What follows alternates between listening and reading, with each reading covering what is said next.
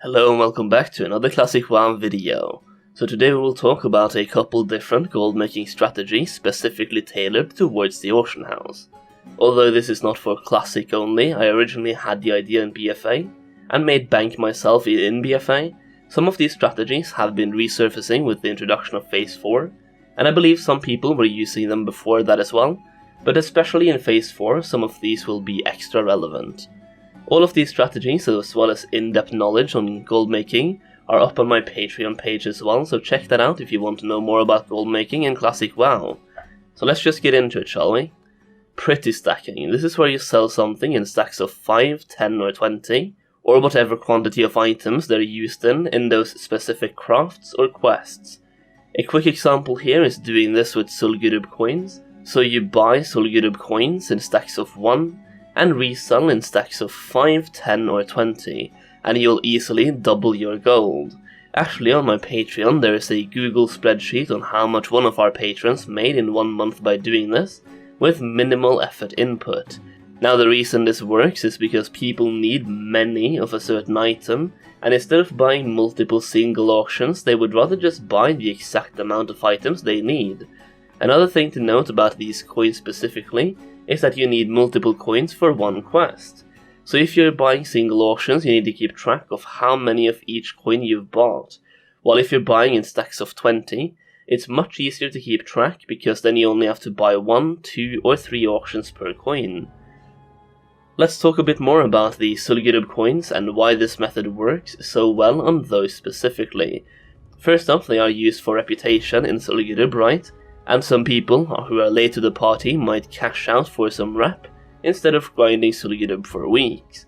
On top of that, recently a leveling strategy has occurred from level 58 to 60, where you can turn these coins in for experience, and the price you need to pay for these coins are on my servers equivalent to, or maybe a little bit more expensive than being boosted in gurub. But if you're buying boosts, level 58 to 60 will take you 2 hours, but if you're turning in coins, then level 58 to 60 will take you 10 minutes. This leveling strategy is another reason why these coins will stay relevant as long as people are leveling alts, and the price for the coins themselves should never dip below the price of which gurub boosting is, in terms of gold per experience from level 58 to 60, if that makes sense. So as long as people are leveling alts, these coins should stay valuable. Actually, if anything, they might go up in value in Phase 5 and Phase 6, due to way less people doing gurub for raiding purposes, and Phase 5 and Phase 6 might even give us more and better mage farms as well, which means less mages will be boosting gurub as well. Basically, the coins should stay valuable, and if anything, they will go up in value in my opinion. So mass buying them could be a really good investment, and by using the Prettystacking method you can also sell off your stock right now and make profit. The Prettystacking method is great for anything where people need several of a certain item, and I personally use this on BFA, on enchanting materials, herbs and ores, and even vendor items as well. I legit sold vendor items in Prettystacks and made some nice gold. So when using this in Classic, I would say it works best on items like the gurub coins, where it's used for multiple purposes, but also on items like herbs and ores, and I've seen people use it on items like Arcanite bars, and sell them for over 30% more than they would sell them for in single stacks, which brings in a nice amount of profit. Stupidstacking. This is where you sell something in random quantities, usually different quantities than in the Prettystacking method. For example, you buy items in stacks of 1, and you resell them in stacks of 3, 7, 13 and so on. The idea behind this method is that whenever people want to buy multiple of a certain item, they just want to buy one huge stack of several items instead of several individual auctions, and people are lazy, so instead of opening a calculator, they will just buy the higher stacks for a bit more gold. This method is usually best the less profit margin you use, because if you start using a 300% profit margin, it becomes pretty obvious that it's much more expensive, but if you stay under, let's say 175% of the price of single items, then you should be good to go.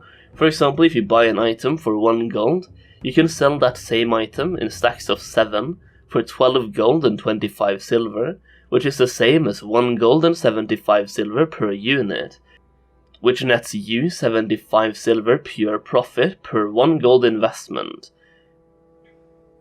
Items that I have personally had success with on Stupidstacking is Arcanite Bars, Black Lotus, Mountain Silver Sage, and other herbs.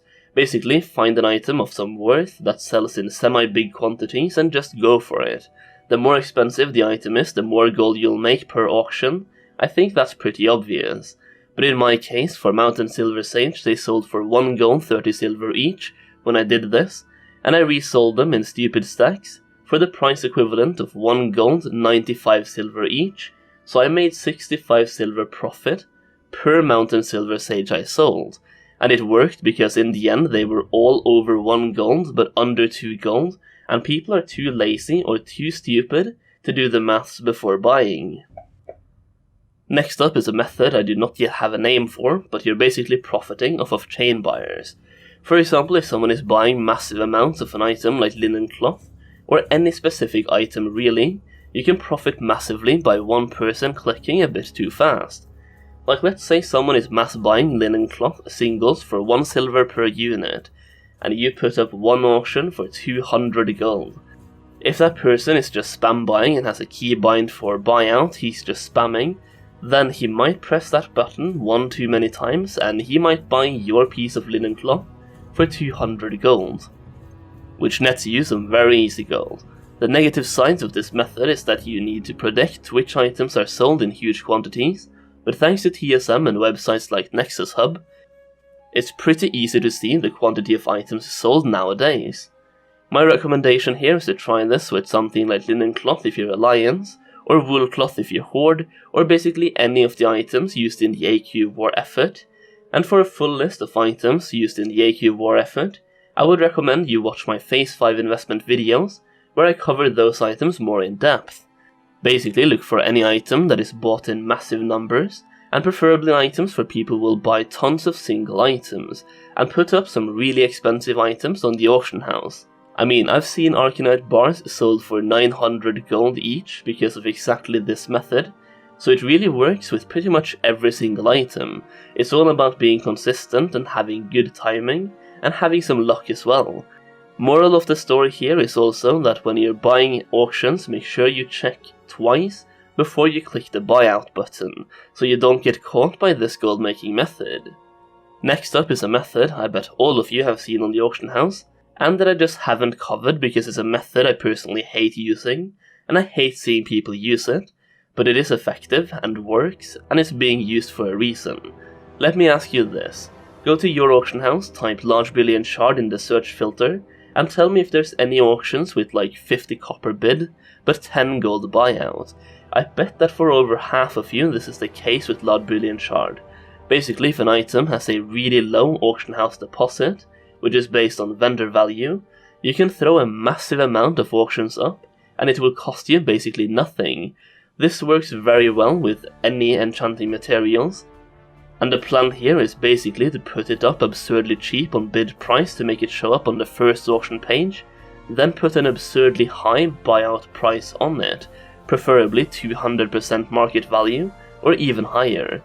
Then put up so many auctions that it covers multiple auction pages, so people with no auction house add-on will have to scroll through tens of pages of auctions to find cheaper ones.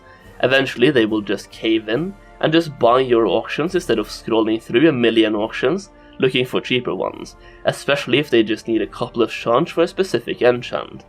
Look at it this way, a person who needs 2 shards would most likely rather just buy 2 for 10 gold each than spending 10 minutes scrolling through several pages of the auction house to find 2 other auctions for 5 gold each, because in the end he will only end up saving 10 gold, and time is money. But someone who's buying 1000 large billion shards will not buy your auctions, because at that point it's not worth it as he's losing 5 gold per shard.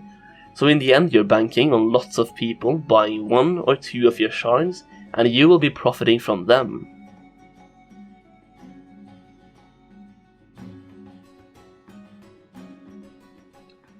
So there it is guys, a couple of auction house strategies that you can use to make gold in Classic WoW, or just in World of Warcraft in general. and you can definitely use all of these strategies in TBC as well, so if anything, just write them down and go out there and try them for yourself. Start with something very simple and that costs very little gold just to see how it works, and once you start making some gold with it, you can start investing more gold into it. Think of it like trading stocks. You want to start with as little risk as possible, then once you know the system, you can throw more gold into it. Hopefully you guys found this information useful, and hopefully you're able to make some gold with it. And hey, if you are new to my channel and you didn't watch my previous Classic WoW videos, I will throw my 2 most recent videos on the screen right now, so you can give those a watch as well. That's it for today guys. Slap a like on the video if you did enjoy it, subscribe if you haven't already done so. Thank you so much for watching, and I will see you in the next video.